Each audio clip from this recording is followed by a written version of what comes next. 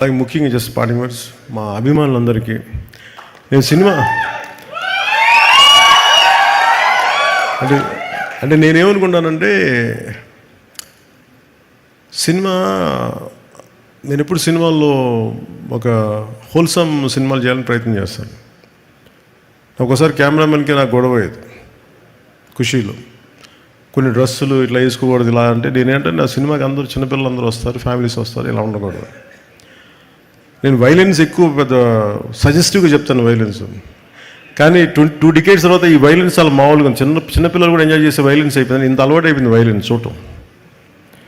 So నాకు ఈ సినిమాకి సంబంధించి ఈ ఫ్యూచర్ వరల్డ్కి, ఫ్యూచర్ ప్రీక్వెల్ కానీ సీక్వెల్ కానీ దీని మీద కూర్చుంటాం. మీ సుజిత్ అండ్ తమన్ ముందు మేము ముగ్గురం కూర్చొని, ఎందుకంటే ఇది purely Thaman's creation, Sujeeth creation. అది తమన్ దాన్ని మ్యూజికల్గా తీసుకొచ్చాడు. సో ఇవన్నీ కూర్చోబెట్టి భవిష్యత్తులో ఎలా చేయాలి, దీన్ని ఏ విధంగా చేయాలి, నాకున్న తక్కువ టైంని ఎక్కువగా ఎలా చేయగలగాలి, ఇవన్నీ చూసుకొని అభిమానులందరికీ కూడా మీరు ఇలాంటి సినిమా కోరుకున్న నన్ను ఇలా చూడాలని మీలో కొంతమంది వచ్చి సినిమా తీశారు, సుజిత్ తమన్. సో మీ అందరి కోసం I will be part of this OG universe.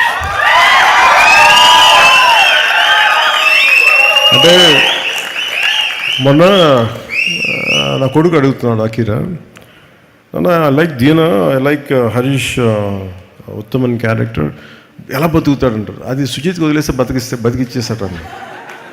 నా like I like his performance. అరే తను ఎందుకు చంపేశారు అన్న, లేదురా సుజిత్కి అంటే లేదు ఆర్టరీ తెగిపోయింది, లేదు దానికి కట్టు కడతాలే పర్లేదు